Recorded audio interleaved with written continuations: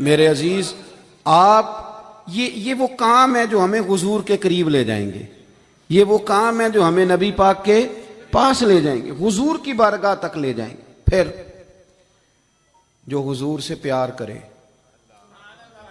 جو نبی کریم سے محبت کرے، محبوب فرماتے ہیں جس نے مجھ سے محبت کی نا، لیکن محبت نہ نیری ناروں والی نہ کرے، وہ اس کا عشق رسول صرف محفل والے دن ہی نہ ہو، جب دکان پہ بیٹھے پھر بھی عاشق رسول ہی ہو، جب وہ لین دین کرے تو پھر بھی عاشق رسول ہی ہو، جب وہ لڑائی کا وقت آئے تو اسے پتا چلے کہ میں معمولی نہیں، میں عاشق رسول ہوں، میں نے بولنا بھی تمیز کے ساتھ ہے، میں چونکہ مجھے لوگ کہتے ہیں حضور سے محبت کرنے والا، تو اس کے رویوں سے بھی پتا چلے کہ حضور کا پیارا ہے۔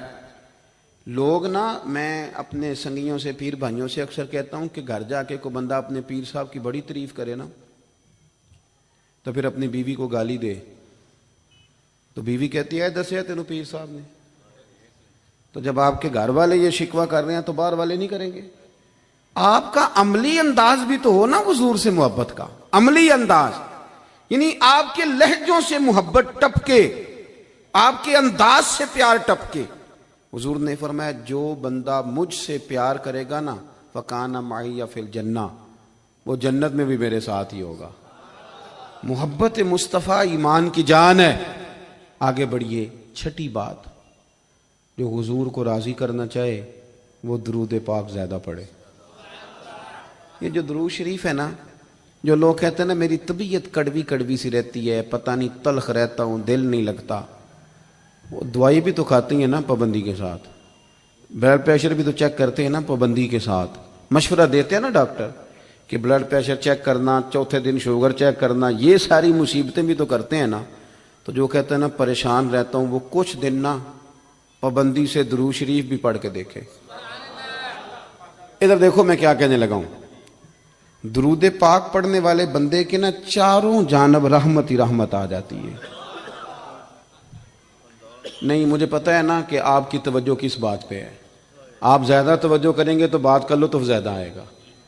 چاروں جانور، اچھا چلے میں چونکہ پیر صاحب ہوں، مولوی صاحب ہوں، کافی لوگ، میرا خیال ہے، میرا گمان ہے کہ کافی لوگ مجھے جانتے ہیں۔ گمان ہو جاتا ہے نا جب گاڑی کے پیچھے لوگ بھاگتے ہیں تو بندے کو بڑی غلط فہمیاں ہوتی ہیں، حالانکہ ڈرنا ہی زیادہ بہتر ہے، ڈرنا ہی زیادہ بہتر ہے۔ اللہ تبارک و تعالیٰ اپنی خفیہ تدبیر میں جب فیصلہ کرے تو رحمت والا فیصلہ کرے، اور اللہ ہماری پردہ پوشی کرے۔ یہ بندے کو غلط فہمیاں ہو جاتی ہیں نا۔ آپ کبھی پروٹوکول والے بندے دیکھیں نا، پروٹوکول والے، 2 گاڑیاں آگے 2 گاڑیاں پیچھے، اور ادھر بھی بندے بھاگ رہے ہیں ادھر بھی بندے بھاگ رہے ہیں۔ چلیں جو بھاگ رہے ہیں ان کا تو مجھے نہیں پتا، پر جو اندر بیٹھا اسے مزہ بڑا آتا ہے، وہ میری گڈی مگر پہ بج دیں۔ یہ مطلب، حالانکہ یہ مقام لطف لینے کا نہیں، یہ ڈرنے کا مقام ہے، یہ خوف کا مقام ہے۔ آپ پروٹوکول دیکھیں کبھی، پروٹوکول، آپ کے سیاستدانوں کو اتنا زیادہ پیار نہیں پاکستان سے، الا ماشاءاللہ، وہ تو یہاں آئیں نہ موج کریں باہر ہی، وہ تو اس لیے آتے ہیں کہ وہاں ان کی گاڑی کے پیچھے کوئی نہیں بھاگتا، یہ مزہ لینے آتے ہیں، نعرہ کوئی نہیں لگاتا تگڑا کر کے، وہاں خود اکیلے سڑکیں پار کرنی پڑتی، وہاں خود دوڑ دھوپ کرنی پڑتی ہے۔ یہ مزہ جو ہے نا یہ کھینچ کے یہاں لاتا ہے۔ او بھائی چاروں جانب کارکن ہو، مرید شاگرد ہوں تو بڑا مزہ آتا ہے، اور اگر چاروں جانب خدا کی رحمت ہو تو، چاروں جانب رحمت ہو تو کیسے ہو؟ حضور نے وعدہ فرمایا تو 1 بار درود پڑھ اللہ 10 رحمتیں نازل کرے گا، اور تو 10 بار درود پڑھ اللہ 100 رحمت نازل کرے گا، اور فرمایا تو 100 بار درود پڑھ رب تیری پیشانی پہ لکھ دے گا کہ یہ بندہ منافقت سے بھی بری ہے، جہنم کی آگ سے بھی بری ہے۔ تو آپ کے تو دائیں بائیں رحمت ہوگی، رحمت میں نہا جائیں گے، شرط یہ ہے کہ حضور پہ درود پڑھیں۔ اور نبی پاک علیہ السلام نے فرمایا قیامت کے دن میرے زیادہ قریب وہ بیٹھے گا جو زیادہ درود پڑھنے والا ہوگا۔ 7ویں بات، نعت شریف پڑھنے والے سے، تعریف کرنے والے سے بھی حضور پیار کرتے ہیں۔ ناراض ہو گیا ہو جو میں نے ٹوٹ جانا ہونی، او خدا کے بندو، نعت بھی آپ نے چند لوگوں کے ذمہ لگا دی ہے۔ حضور کے تو ہر غلام کو نبی پاک کا نعت خواہ ہونا چاہیے،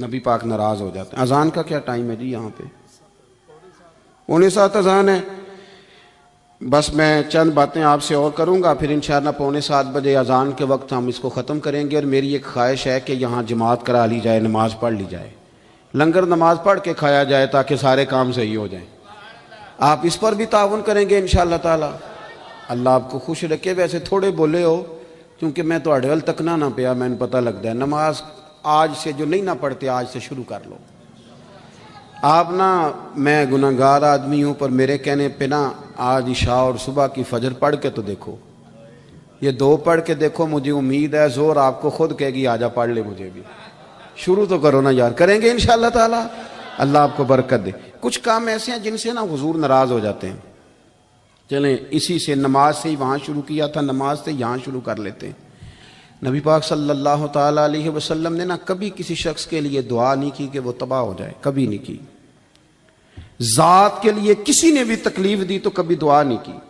10 دن سرکار طائف میں رہے، ان لوگوں نے روڑے مارے، تکلیف دی، کہا فرشتے نے آ کے کہ اگر آپ اجازت دیں تو 2 پہاڑیوں کے درمیان رکھ کے ان کو مسل دیں، تو نبی پاک صلی اللہ علیہ وسلم نے فرمایا نہیں، اللہ ہی نے ہدایت عطا فرما۔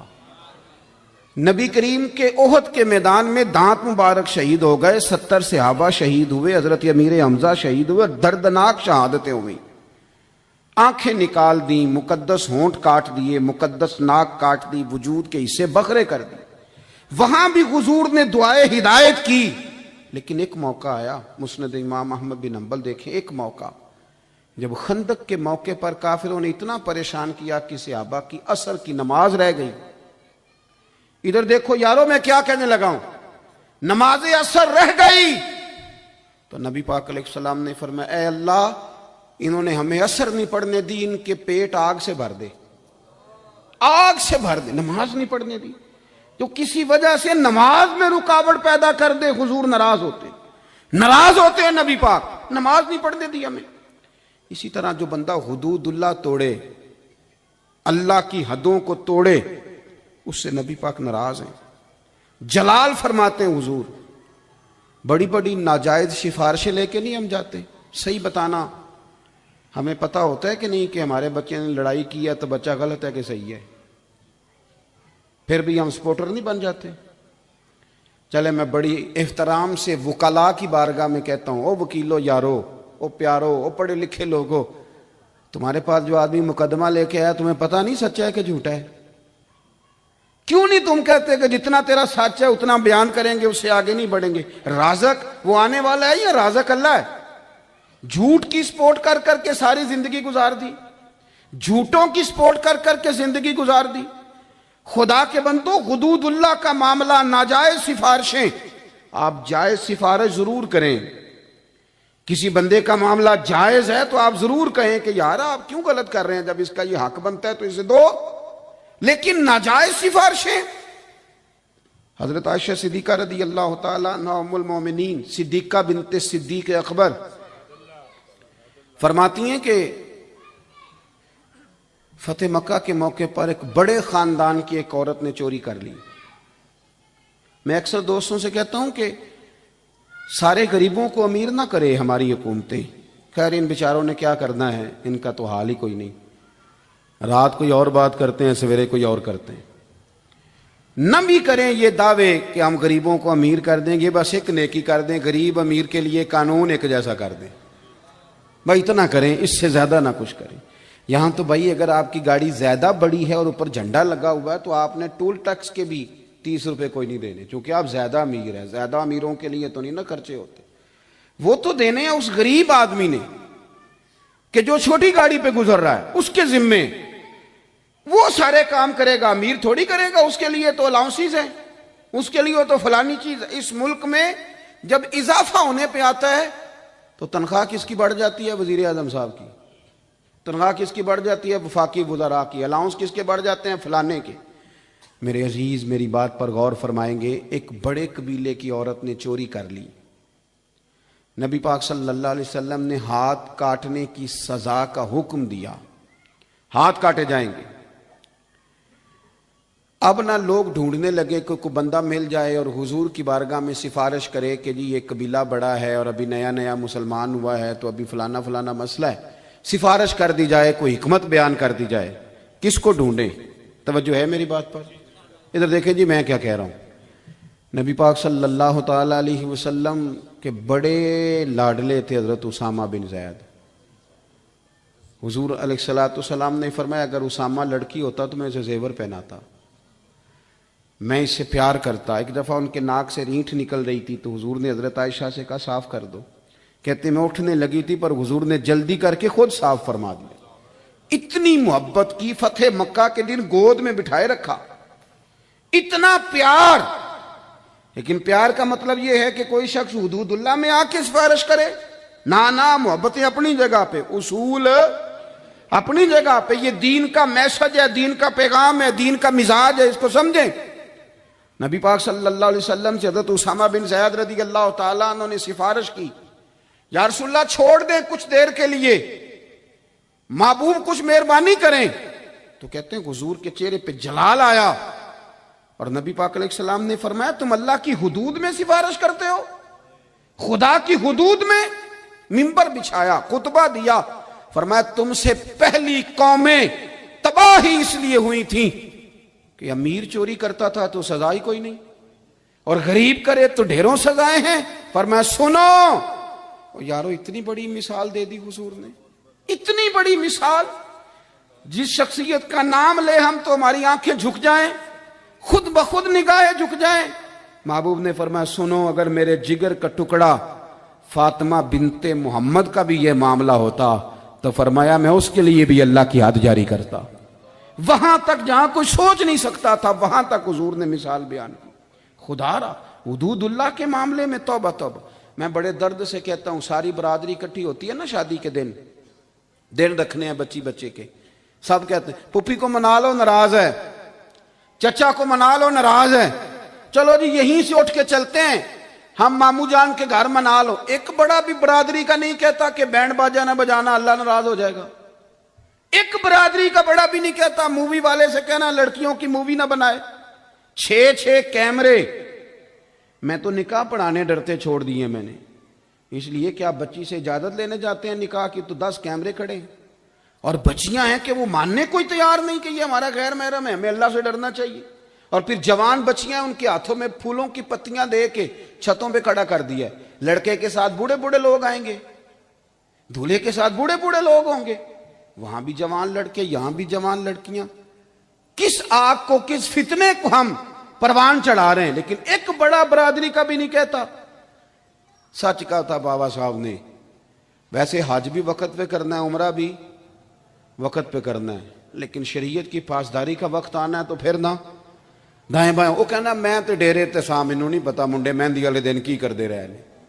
بھئی یہ بندوں کو تو دھوکہ دیا جا سکتا ہے، اللہ کی بارگاہ میں یہ بہانے۔ عزیز دوستو، نبی پاک صلی اللہ تعالی علیہ وآلہ وسلم حدود اللہ کے معاملے میں کوئی شخص اگر ناجائز سفارش کرتا ہے تو اللہ کے محبوب اس کو ناپسند فرماتے ہیں۔ پھر اسی طریقے سے نبی پاک صلی اللہ تعالی علیہ وسلم جو لوگ جماعت کے لیے مسجد میں حاضر نہیں ہوتے، آپ کسی بھی مسجد سے نماز پڑھ کے باہر نکلیں ذرا اور آپ دیکھیں کس قدر زیادہ لوگوں کی تعداد ہے، چوکوں میں، چوراہوں میں، برگر کی دکانوں پر، کھانے پینے کی دکانوں پر، اور کچھ بلا وجہ نکلے ہوئے ہیں میں گھومنے آیا ہوں۔ کتنے سخت لفظ ہیں حدیث پاک میں۔ اللہ کے محبوب علیہ السلام نے فرمایا میرا دل کرتا ہے کہ میں کسی کو عشاء کی نماز پڑھنے کا حکم دوں اور خود میں جوانوں کو ساتھ لوں، لکڑیاں جمع کروں اور ان گھروں کو آگ لگا دوں جو نماز میں نہیں آتے۔ اتنی بھی ناراضگی ہوتی ہے، آگ لگا دوں ان گھروں کو جو عشاء کی نماز کے لیے نہیں آئے۔ لیکن یہاں پرواہ ہی نہیں ہے۔ حضور کے غلام، نبی پاک سے پیار کا دعویٰ کرنے والے، رسول پاک سے چاہت کا خیال کرنے والے، وہ بلا وجہ بیٹھے۔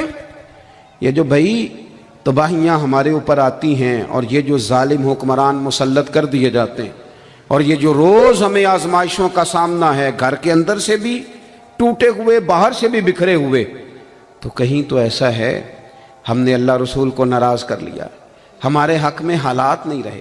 پھر آگے بڑھیے، نبی پاک صلی اللہ تعالی علیہ وآلہ وسلم سخت ناراض ہوتے جب کوئی کسی اور دین کی طرف رغبت کرتا.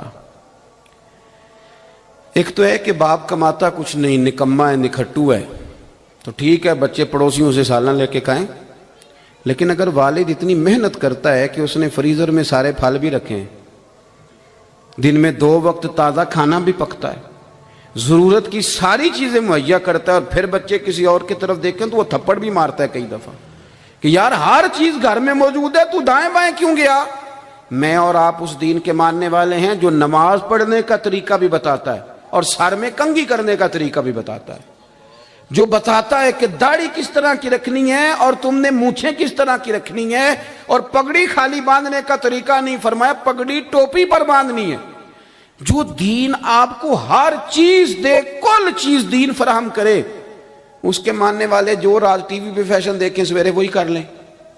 وہ اپنی مرضی کا رنگ روپ دھارتے پھریں، انہیں پتہ ہی نہیں کہ رسول پاک نے کیا انداز دیا ہے. وہ تھوڑا سا ادھر سے، تھوڑا سا ادھر سے، تھوڑا سا ادھر سے وہ شغف حاصل کریں. آپ یقین کریں میری طرح کا بندہ کبھی کبھی سوچ میں پڑ جاتا ہے کہ یہ بھی کوئی میرا مطلب ہے طریقہ ہے. ایک بچہ میرے سامنے ایک دفعہ آیا تو گھٹنوں کے اوپر سے نا اس نے پینٹ پہنی ہوئی تو پھٹی ہوئی تھی.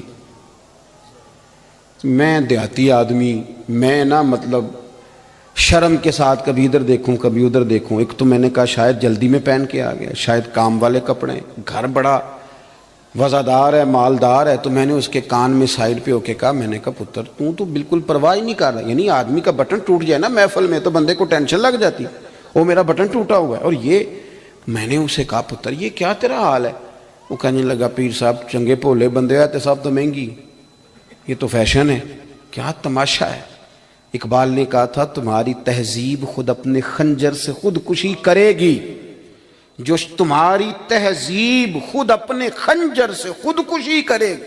دیکھیں یہ مصور پاکستان کے جملے، تمہاری تہذیب خود اپنے خنجر سے خودکشی کرے گی. جو شاخ نازک پہ بنے گا آشیانہ وہ نا پائیدار ہوگا. کتنے کچیروں کے کپڑوں کے لہجوں کے ڈیزائن بدلو گے، رنگ وہی اچھا ہے جو مدینے والے نے عطا کیا. اور درویش کہتے ہیں لوکو کچا رنگ للاری والا جیڑا چڑھ دا تے لیندا رہندا، اے عشق تیرے دا رنگ محمد چڑھ جائے پھر نہیں لیندا. یہ والا رنگ چڑھاؤ جو پکا ہے، کچے پکے کبھی وہ ڈیزائن دیکھ لیا تو کبھی. آپ کسی اور دین پر رغبت نہ کریں. سنیں سیاستہ کی حدیث، حضرت عمر جیسا آدمی، حضرت عمر جن کو دیکھ کے شیطان رستہ بدلے، کہتے ہیں میں تورات پڑھ رہا تھا، حضور کی بارگاہ میں لے گیا تو نبی پاک کے چہرے پہ میں نے ناراضگی دیکھی. فرمایا عمر تم تورات پڑھ رہے ہو؟ میں تورات سے زیادہ واضح اور روشن کتاب لے کے آیا ہوں، کتاب مبین لے کے آیا ہوں. فرمایا تم تورات پڑھ رہے ہو؟ مجھے اللہ کی قسم اگر آج حضرت موسیٰ علیہ السلام حیات ظاہری میں ہوتے تو میری پیروی کے علاوہ ان کے پاس کوئی چارہ نہ ہوتا. وہ میرے پیچھے چلتے، میرا قرآن پڑھتے. جب نبی یہ پیروی کرتے ہیں تو تمہیں کیا ہو گیا ہے؟ تم کیوں غیروں کے طریقوں پہ چلو؟ تم کیوں مستعار لو؟ کل کھلے کپڑے کا فیشن تھا تو آج تنگ پاجامے کا فیشن ہے تو پرسوں پھر کھلے کا آ جائے گا. آپ کیا دنیا کا رنگ دیکھ کے اپنا رنگ تبدیل کریں گے؟ کبھی نہیں. رنگ جب بھی دیکھنا ہے گنبد خضرا کا ہی دیکھنا ہے، رسول پاک کا ہی رنگ دیکھنا ہے، اور وہی ہمارے حق میں بہتر ہے. تو نبی پاک ناراض ہوتے، ان چیزوں سے حضور ناراض ہوتے. اسی طرح سے میرے عزیز دوستو، جو لوگ روح گردانی کریں دین کے فیصلوں سے، حضور کے فیصلوں سے، جو روح گردانی کریں، جو کسی اور کو حکم بنائیں، کسی اور طرف رغبت کریں، محبوب فرماتے ہیں جس نے میری سنت سے منہ موڑا اس کا میرے ساتھ کوئی تعلق نہیں، وہ ہم میں سے ہے ہی نہیں. کچھ باتیں ایسی ہیں جن میں حضور نے لفظ بیان کیے، فرمایا ملاوٹ کرنے والا مجھ سے نہیں ہے اور